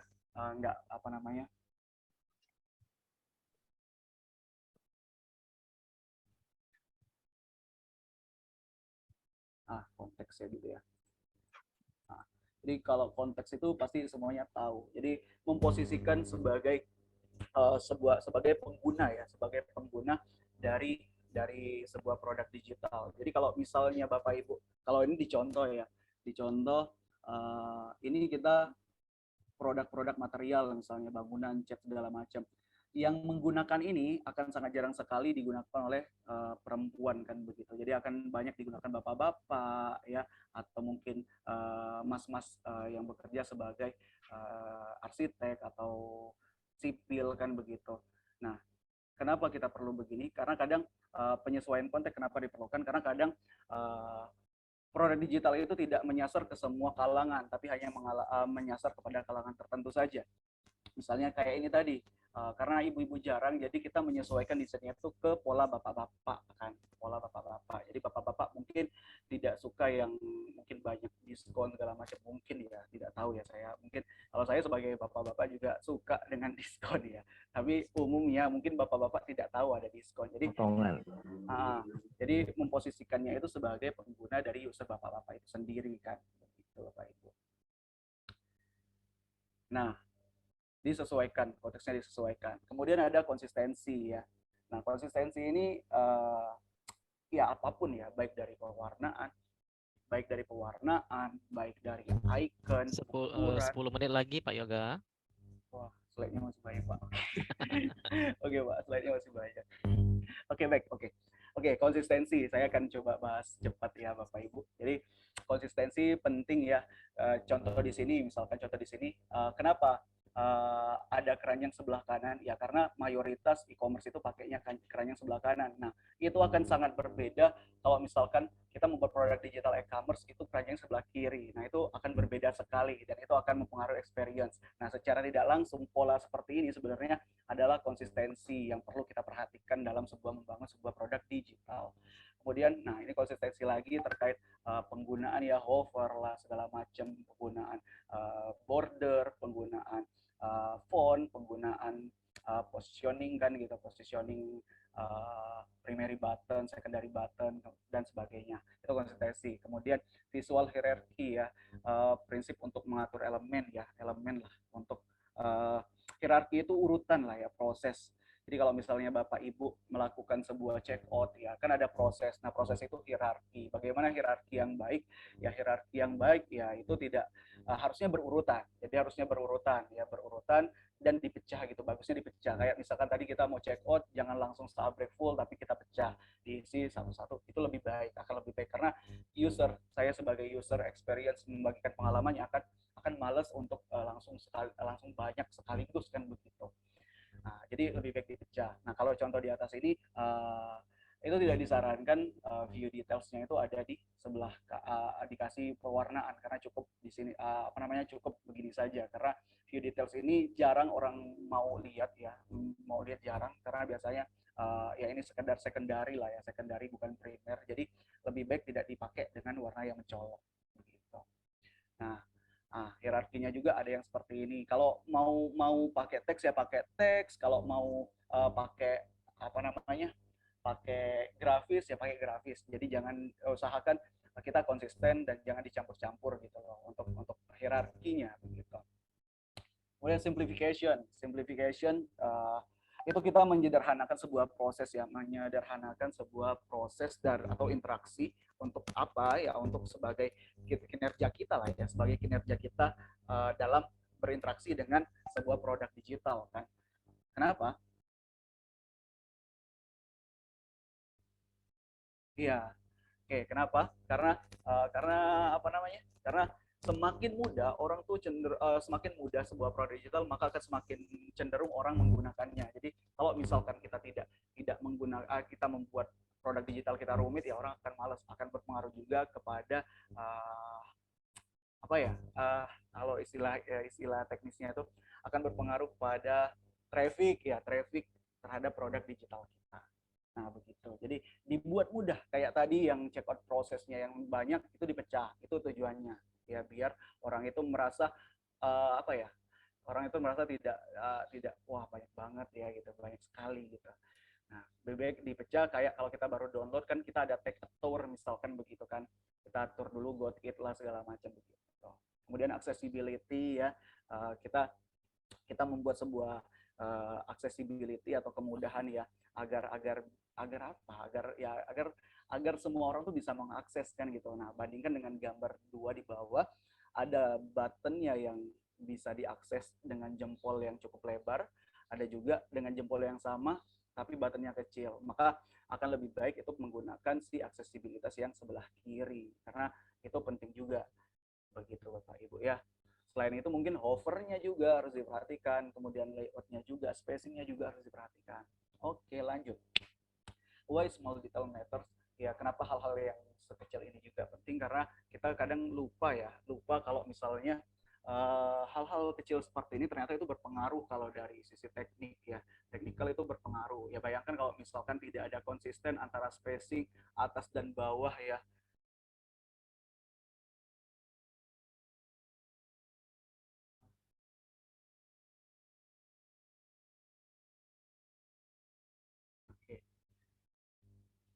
Oke, jadi kalau misalnya kenapa kalau misalkan bicara spacing yang tidak, misalkan dari atas ada dari atas misalkan 14 5 menit pixel lagi, Mas ya, Yoga. ada 14 pixel misalnya, di bawahnya itu melebar jadi 20 pixel, itu kan tidak bagus ya secara space dan secara spacing begitu. Nah, ini contoh yang simple, yang kecil gitu ya, kayak size, space kan begitu. Kemudian, nah seringkali ketika kita membuat sebuah produk digital itu kita biasanya pakai dummy konten dulu gitu loh, konten-konten acak, konten-konten random. Nah, hal kecil ini sebenarnya penting ya, sebagai terakhir role job saya tuh sebagai engineer itu kalau kita mau meyakinkan klien, semestinya kita pakai dummy konten yang tegas begitu. Jadi kalau pakai ini, user atau klien itu merasa kok kayak ada yang kurang ya begitu loh. Nah, kalau misalnya pakainya yang ini, wah kan begitu, terkesan elegan begitu kan. Kalau misalnya pakai yang ini, ya orang kok kayak masih ada yang kurang ya begitu. Kenapa kayak belum pas gitu. Nah, maka penting juga dummy konten. Ini adalah hal-hal kecil yang perlu kita perhatikan juga ketika membangun atau mengembangkan sebuah produk digital. Nah, ya, all these little things make great UI. Jadi semua yang kecil itu sebenarnya membuat UI atau interface itu semakin baik gitu kan. Nah, yang kecil ini ya juga merupakan bagian dari desain. Nah, kemudian ada common issue, itu ada terkait tentang isu-isu umum ya, terkait tentang UI ya, waktu kita eksekusi UI. Nah, tadi seperti yang disampaikan, mungkin terkait space gitu, terkait ya banyaklah space yang tidak rata, mungkin kan berbeda gitu antar produk ini. Bayangkan produk 1, 2, 3, 4, 5 beda kan begitu. Nah, kalau yang begini ternyata gambarnya yang didesain yang seperti ini, ternyata yang diimplementasi yang begini, ya kan beda ya. Itu hal-hal kecil yang penting dan berpengaruh membuat agar desain kita lebih baik. Kemudian alignment ya gitu, kita harus konsisten. Kalau misalnya kalau kita misalnya pakai yang ini ya harus pakai yang ini, atau pakai yang ada space-nya, kita pakai yang ada space-nya gitu loh. Kemudian ada inconsistent style ya gitu, gaya yang tidak konsisten ya, misalkan overnya atau misalkan buttonnya, atau dia misalkan pakai rounded di awal, tapi ternyata di bawah-bawahnya dia pakai box untuk drop down. Nah, itu kan beda kan. Nah, itu tidak konsisten untuk stylenya. Oke, saya skip. Kemudian ada isu-isu kecil ya, isu-isu kecil terkait misalkan hover ya, masalah itu ya, masalah button. Nah, itu juga perlu diperhatikan. Nah, good UI is invisible, bad UI is distraction ya. UI yang terbaik itu kita membuat sebuah UI, sebenarnya UI yang baik itu sebenarnya tidak kelihatan ya, tapi kalau UI yang buruk itu adalah gangguan begitu. Jadi sebisanya membuat desain yang bagus tanpa orang sadar kalau itu adalah sebuah hasil dari interface yang baik begitu. Nah, lalu apa berbeda antara UI design dan UX design? Tidak, jawabannya tidak, sebab UI itu adalah bagian dari UX ya. UI itu adalah bagian dari UX. Kalau UI-nya baik, harusnya juga UX-nya baik. Agar kenapa? Agar saling bisa mengeksekusi dengan baik ya, untuk dari sisi apa namanya, dari sisi desainer begitu. Jadi kalau misalkan UI-nya bagus tapi UX-nya tidak bisa mengeksekusi dengan bagus juga, ya akan percuma juga. Jadi sebenarnya keduanya harus berkesinambungan gitu Bapak Ibu. Oke, saya cepat saja ya. Ya ini ada 3 hal yang penting ya, easy to use ya, easy to use, soft program, dan support by everyone. Jadi bisa mudah digunakan, menyelesaikan masalah, dan bisa digunakan oleh siapa saja ya Bapak Ibu ya. Jadi tinggal dari kita, kalau kita mau berniat membangun sebuah produk melewat UI dan UX, kita harus perhatikan 3 ini. Nah, 3 ini itu hasil dari pengalaman saya juga sebagai berkecimpung di digital industry ya. Jadi beginilah gitu, menyelesaikan masalah, mudah digunakan, dan didukung oleh semuanya. Nah, oke, saya bahas sedikit lagi, masih ada waktu ya Pak ya? Boleh. Di jam saya itu 10.50 Pak, 10.55 Pak. Oke, nggak apa-apa. Oke. 5 menit lagi ya. Iya, oke. Jadi ada lagi, kita baru masuk ke desain perspektifnya. Jadi desain perspektif itu dimulai dari desain warna ya begitu Bapak Ibu. Jadi ada contoh contoh produk juga, ini brand yang kami handle juga kemarin. Jadi brand ini dia memakai warna hitam ya, selain sebagai logo juga ini diimplementasi pada banyak produk digitalnya, baik itu web ataupun blognya ya, itu semuanya diimplementasi. Jadi dia fokus kepada hitam. Nah, pemilihan warna ini penting Bapak Ibu, sebab ini akan menjadi identitas, dan juga kalau dari sisi desain ya itu akan berpengaruh ya. Kalau hitam mungkin terlihat tadi kayak elegan, kalau dia warna-warni dia akan tidak menarik untuk dilihat. Tapi kalau sekarang brand ini sudah agak berubah, jadi warnanya agak sedikit marun ya begitu Bapak Ibu. Nah, kemudian dari sisi desain itu perlu juga untuk dari teks tipografi ya, atau kita bisa, mungkin Bapak Ibu tahu font size ya, ukurannya, beratnya ya, tingginya gitu, lengthnya, panjangnya, kemudian spasinya, kemudian alignmentnya, jaraknya kan gitu. Nah, ini penting Bapak Ibu ternyata. Jadi dibanding dengan materi konten yang rapat dalam sebuah produk digital, lebih baik kita bikin sebuah produk itu yang simple tapi mengena begitu Bapak Ibu. Berikutnya saya bahas dari psikologi perspektif ya, saya singkat saja karena waktunya terbatas ya. Jadi ada 2 ya.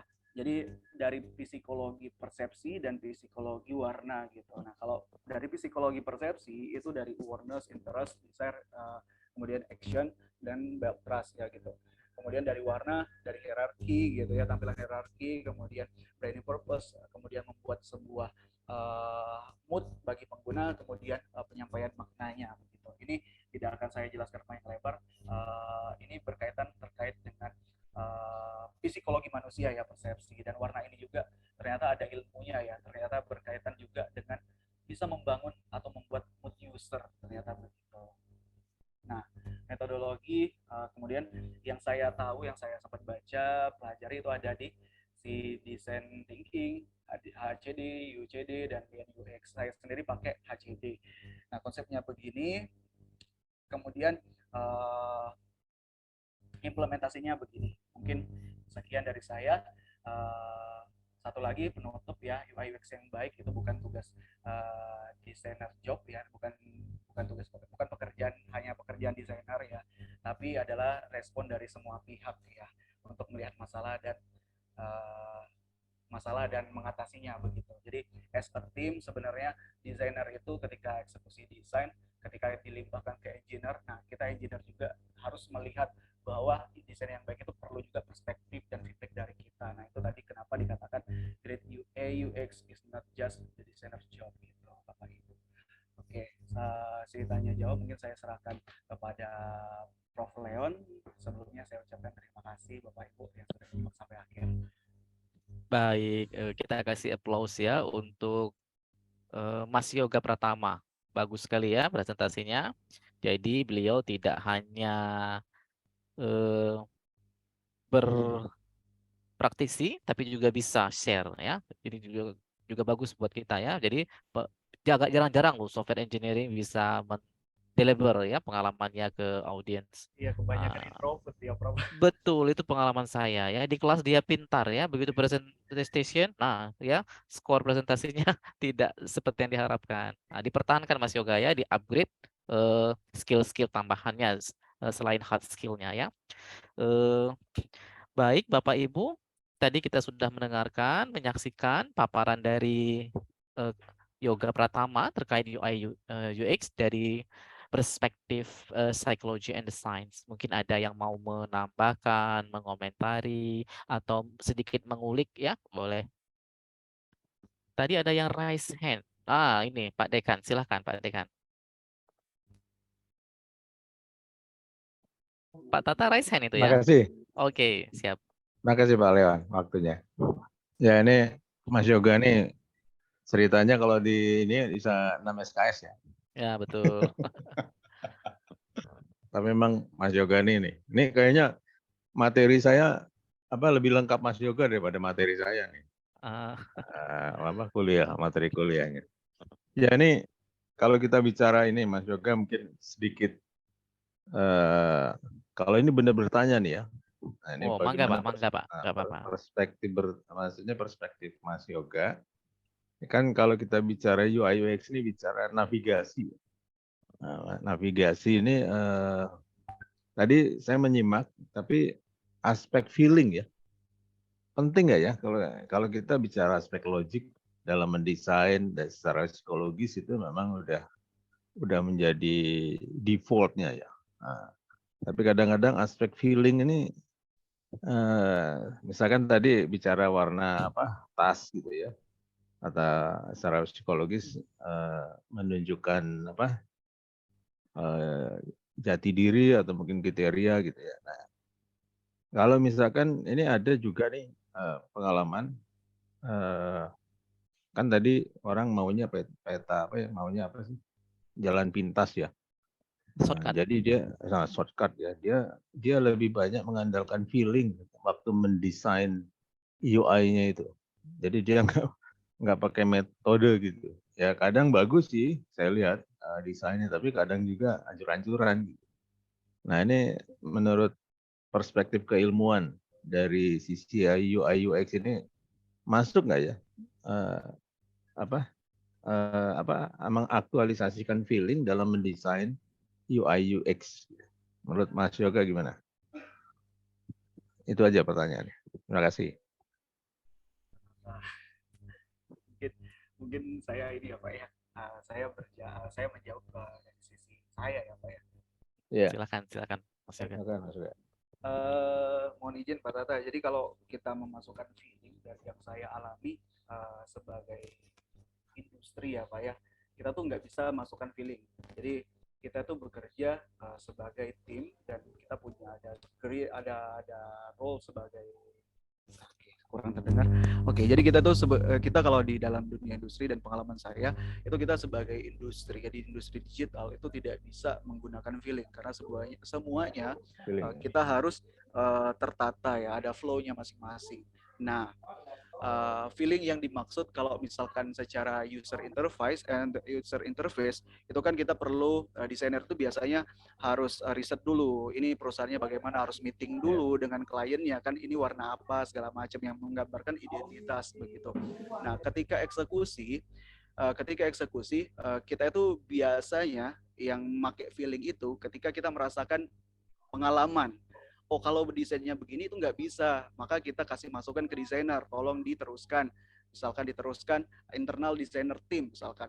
Atau kalau dari desainer internal team, oh ternyata memang dari sini loh. Coba kita balik lagi ke si klien kan. Ini Pak, ternyata ada masalah ketika implementasi, bagaimana? Karena begini Pak, karena kadang ya Pak ya, kalau yang saya alami as a engineer itu, kadang orang yang desain itu kadang bahasa kasarnya itu nggak ngotak gitu loh, karena iya karena gini Pak, iya karena ada beberapa misalnya ada beberapa mungkin kit UI kit atau UX kit gitu yang itu ternyata tidak bisa dengan mudah diimplementasi lewat engineer gitu. Nah, butuh effort lebih. Nah, kalau berkaitan dengan effort, kalau di pengalaman saya itu berkaitan dengan budgeting. Sekarang mau tidak mereka keluarkan mereka spend budget yang banyak untuk kita melakukan riset untuk itu. Gitu loh, Pak. Nah, jadi kalau feeling itu tetap ada. Betul. Kalau untuk UI interface sebagai role pekerjaan itu saya sendiri belum pernah mengalami, tapi kalau misalkan experience pasti saya akan lapor, oh ternyata kok begini ya, experience kok begini ya. Nah, itu kan itu sebagai feeling, kita sebagai user kok kayak nggak cocok. Nah, itu kita bisa kita bisa teruskan, kita up ke designer team gitu. Nanti designer team yang menentukan apa mau lanjut atau di cancel gitu, Pak. Ya, bagus. Itu mungkin jawaban dari saya, mungkin ada tambahan lain mungkin. Ya, terima kasih. Ya, cukup Pak Leon. Oke, bagus sekali Pak Tatap, Mas Yoga. Bapak Ibu barangkali ada lagi yang mau ditanyakan?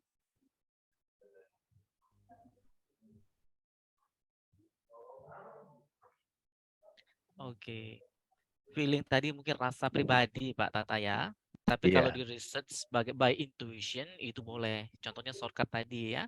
Nah, jadi shortcut itu kan dalam legal formalnya memang dia cross jalan. Tetapi orang rata-rata kan di waktu diamati suka kalau bahasa Palembangnya itu mengsil. Nah, itu kira-kira ya. Apa tuh Cepat. artinya? Ya itu tadi Pak, serok jalannya gitu ya. Bahkan di rumah-rumah kalau kita lihat itu dari atas sudah jelas. Oh, satu lagi misalnya orang nggak suka tusuk sate misalnya kan. Nah, jadi dia sengaja menyerongkan seperti itu. Nah, itu kalau pengalaman-pengalaman itu direkam dalam statistik, maka itulah menjadi intuition dan jadi experience yang akan kita desain barunya gitu. Ya, betul. Tapi kalau hanya feeling pribadi ya nggak boleh gitu ya. Kalau saya mungkin belum ini ya Pak untuk menjawab dari sisi akademis mungkin tidak akan banyak bisa menjawab, tapi saya atau contohnya ini handphone ya, ini saya sharing sedikit. Handphone kita kenapa tidak lebar-lebar sekarang? Ya, karena orang tidak nyaman.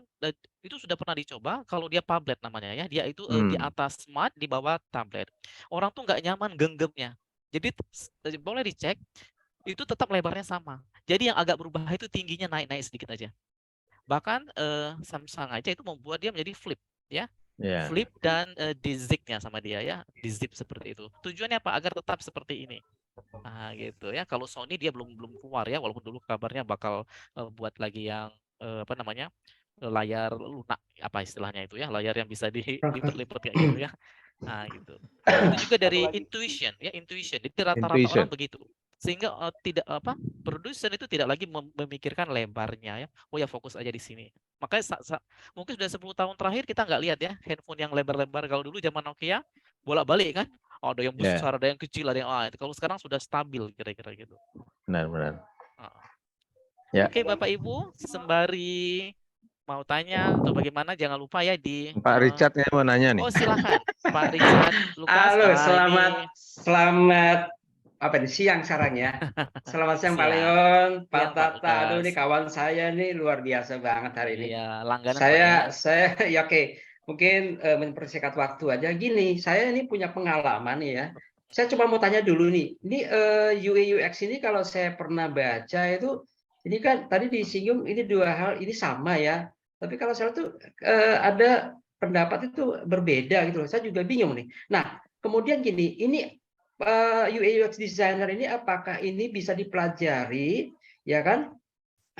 Jadi yang punya jenjang latar belakang disiplin ilmu kan itu harusnya komunikasi ya, visual, sistem informasi, seni rupa atau teknik informatika. Nah, apakah ini bisa dipelajari dari jenjang apa namanya jenjang atau pendidikan selain itu gitu loh? Karena saya gini, pengalaman saya pernah saya mengalami kesulitan waktu saya masih bekerja ya 2019. Kami waktu itu ada proyek ya kan kita buat developer aplikasi gitu ya, kebetulan saya di perbankan, kita bikin tim karena kita ada kompetisi ini mungkin sama Mas Yoga nih kan di institusi ya. Kami ada jadi kami ada semacam kompetisi gitu ya. Nah, ini kami ngalami kesulitan nih. Kita ada tiga orang satu tim itu. Jadi inovasi ya. Kita harus ada inovasi baru gitu karena kita harus mengembangkan satu develop aplikasi. Nah, kita bingung nih, ini jalannya gimana? Ini pakai apa? Ini gimana? Karena kita background-nya kan beda-beda nih. Saya sarjana ekonomi, kebetulan dua anggota kami ini kan anak-anak muda semua, background-nya juga beda-beda. Ada yang dari apa namanya, dari komunikasi. Ya, ini kita bingung. Nah, saya cuma mau tanya gitu ya, kira-kira tools apa sih yang kita bisa gunakan gitu loh untuk apa namanya mempelajari UI UX designer ini gitu. Mas Yoga mungkin yang di institusi kan pengalamannya luar biasa ya. Mungkin kalau saya tanya ke akademi mungkin karena terlalu teoritis. Mungkin sekarang secara ini aja pengalaman nih. Gimana nih Mas Yoga? Terima kasih. Terima kasih juga. Langsung dijawab ya, Prof. Ya, silakan. Oh, baik.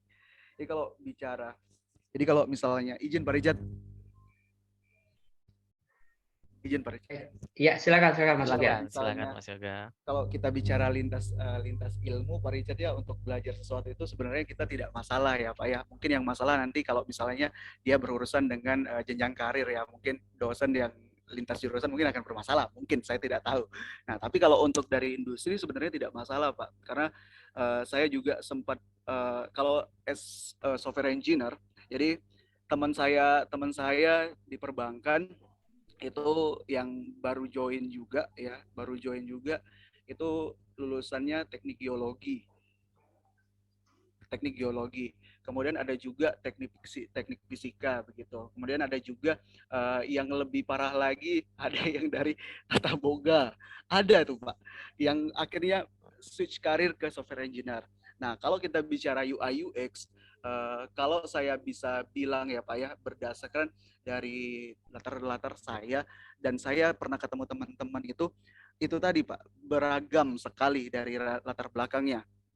Tidak menutup kemungkinan dari sarjana ekonomi bisa menjadi seorang UI UX gitu. Tidak menutup kemungkinan dari sarjana apa misalkan dari pertambangan mungkin mau desain UI UX, desain sebuah produk digital, tidak menutup kemungkinan Pak. Karena banyak sekali, apalagi di era zaman sekarang itu anak-anak muda kalau di startup pada banyak yang switch karir ya, ada yang lintas macam-macam lah jurusannya gitu. Jadi tidak masalah untuk desain untuk UI UX, bisa dipelajari oleh siapapun. Cuman mungkin kita perlu investasi waktu buat itu, karena ya resikonya kalau kita belajar, resikonya kalau yang saya alami kalau kita mau nimbrung ke sini itu karena tren desain itu berubah-ubah Pak. Benar kata Prof. Leon tadi, mungkin HP dulunya desainnya begitu, sekarang sudah cukup stabil dengan begini. Nah, karena desain itu berubah-ubah, mau tidak mau kita terus belajar kan begitu. Terus juga kalau saya di industri ya, biasanya itu yang paling bikin kesel biasanya tuh ketika mood klien itu berubah-ubah. Oh, tiba-tiba yang darinya begini, tiba-tiba mau berubah begini. Nah, itu yang bikin mungkin tantangannya untuk belajar UI UX gitu. Jadi tidak menutup kemungkinan untuk belajar itu Pak. Mau umur berapapun, selagi kita bisa belajar ya, kita belajar tetap bisa. Jangan takut untuk itu karena banyak yang lintas jurusan switch karir. Kemudian kalau misalnya ditanya tools, saya paling sering biasanya pakai Figma, itu namanya Figma. Yang kedua Adobe XD begitu. Kalau Adobe XD itu cukup berat, jadi mungkin tidak saya sarankan. Mungkin yang agak ringan-ringan itu Butuh Figma. spek tinggi ya. Iya betul. Karena Adobe itu sebuah ya perusahaannya itu butuh benar spesifikasi tinggi dan Iya, kita effort alatnya untuk kita harus effort di situ. Nah kalau Figma sendiri kita bisa akses pakai website gitu kan. ada versi gratisnya Ada lagi. versi gratisan, itu bisa kita akses. Nah, lain-lain itu semacam untuk prototype, wireframe itu bisa di banyak tools juga ya, banyak kalau mau drawing terkait flow diagram, use case segala macam itu banyak sekali, tapi kalau untuk yang kita mau spesifik ke desain, saya sarankan saja mungkin pakai Figma karena itu lebih enak dan lebih user friendly. Begitu Oke, Pak baik. Richard. Jelas Pak Richard ya. Baik, terima kasih Mas Yoga. Aduh, atas penjelasan yang luar biasa hari ini. Oke. Terima kasih Pak Tata, Leon. Ya, Jadi- sama-sama Pak Pak Richard. Richard. Kalau mau kursus boleh, Pak Richard. Oke, lanjut lagi. Ini ada pertanyaan dari Pak Heri Suroyo. Apakah ChatGPT bisa untuk bikin UI UX? Oke. Memang Baik. baru chat GPT ini ya. Iya, yang AI ini cukup baru. Tapi saya sendiri izin Pak Heri Suroyo, saya mungkin belum pernah ya pakai yang untuk misalnya chat open chat AI untuk Ya. please create UI UX design misalkan kayak itu. Tapi Presentation yang iya. lumrah dipakai ya. Nah, tapi kalau saya bilang ya Pak, mungkin bisa ya Pak, karena AI itu saya tidak tahu benar atau salah, mungkin karena saya sempat baca-baca juga terkait survei itu kan beberapa pekerjaan itu akan hilang oleh penggunaan AI nantinya begitu. Nanti mungkin bisa dibantu Prof. Leon mungkin untuk koreksi ya. Nah, jadi saya kalau mau jawab bisa atau tidak, saya jawabnya harusnya sih bisa sih, harusnya bisa. Kalau untuk UI bisa, kalau Bisa, UI design insya Allah itu bisa ya. Bisa. Nah, jangankan UI UX ya, coding juga kita bisa di situ create page apa gitu misalkan bisa tuh di AI kan gitu. Oke, ini ada lagi, masih ada waktu kita sedikit. Pertanyaan terakhir dari Pak Kurniawan, izin bertanya, menjadi desainer UI UX, apakah diwajibkan untuk memiliki kemampuan HTML5, CSS, JavaScript, atau hanya kemampuan desain tampilan melalui Figma atau Adobe XD atau aplikasi lainnya? Jadi maksudnya wajib nggak punya kemampuan coding? Oke. Faktanya ini dengan siapa nih Bapak? Ya, Pak Kurniawan. Pak Kurniawan, izin Pak. Faktanya kalau dari yang saya temui dan saya juga bisa bilang kita tidak wajib punya kemampuan coding.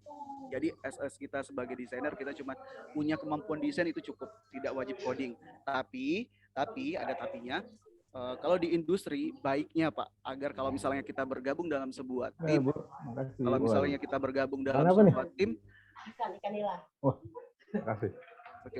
Oke, jadi kalau misalnya kita bergabung dalam sebuah tim, kenapa kita setidaknya perlu tahu sedikit tentang HTML, CSS, JavaScript sedikit, nanti tujuannya agar tadi kayak misalkan, kalau di Figma itu pernah case-nya begini Pak, kalau misalkan kita desain, sesuai desain itu misalkan 15px kan, begitu untuk ukuran, katakanlah ukuran tabel gitu, atau ukuran slider gitu. Nah, tapi ketika implementasi, nanti kan ada terpotonglah dari outside-nya kan ada terpotong sekian pixel gitu. Nah, desainer itu tidak wajib coding, tapi alangkah baiknya tahu juga ternyata ada hal-hal teknis yang itu nanti ketika dieksekusi dari tim engineer itu tidak bisa dilakukan. Nah, begitu. Ya, lebih baik ada latar belakang coding ya, Iya. walaupun tidak harus full. Oke. Betul, tidak wajib, tapi alangkah baiknya mengetahui begitu. Tidak wajib untuk punya Karena kemampuan pola coding. pikir programmer dan desainer itu berbeda gitu ya. Betul. Kalau programmer itu dia strict ya, dari awal dari akhir dia agak susah diubah. Tapi kalau desainer dia lebih fleksibel Iya, gitu. betul. Nah, Lebih tapi kalau dinamis ya. desainer pengalaman atau berpengetahuan coding, dia bisa memadukan itu, dia bisa membayangkan jadinya seperti apa nanti. Iya, betul. Oke, Betul, lebih Pak. komprehensif. Oke, terima kasih Mas Yoga.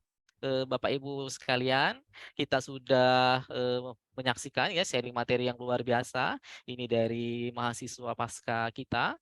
dan topiknya juga bagian dari topik saya juga ini Pak Mas Yoga ya, UI UX. Ini juga salah satu grup riset baru yang kita bentuk dari Pasca, SI, Communication, kemudian ada bisnis juga dengan Pak Said Amin gitu ya.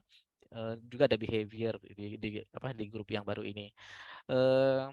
Izinkan saya merangkum sedikit ya. Jadi kira-kira untuk UI itu lebih ke display ya, look-nya. Ya, jadi lebih dekat ke desain ya.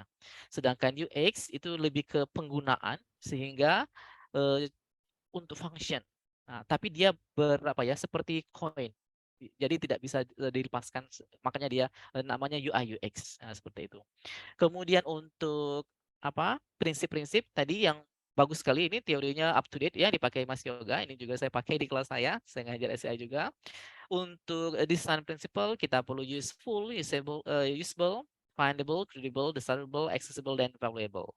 Sedangkan untuk UI basics itu benar sekali, harus ada konteks, consistency, hierarchy, simplification, dan accessibility. Oke.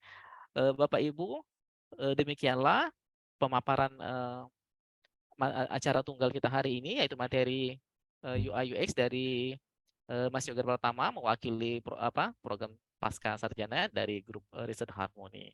Kalau ada kekurangan selama pemaparan, itu kesalahan kami. Apabila ada kebaikan bersumber dari Allah Subhanahu wa taala, saya kembalikan kepada Ibu Rahayu Amalia. Baik Bapak Ibu, sedemikianlah rangkaian acara webinar kita pada hari ini. Saya Ayu selaku host hari ini pamit undur diri dan sampai ketemu pada webinar series berikutnya. Saya akhiri dengan wassalamualaikum warahmatullahi wabarakatuh. Waalaikumsalam warahmatullahi wabarakatuh.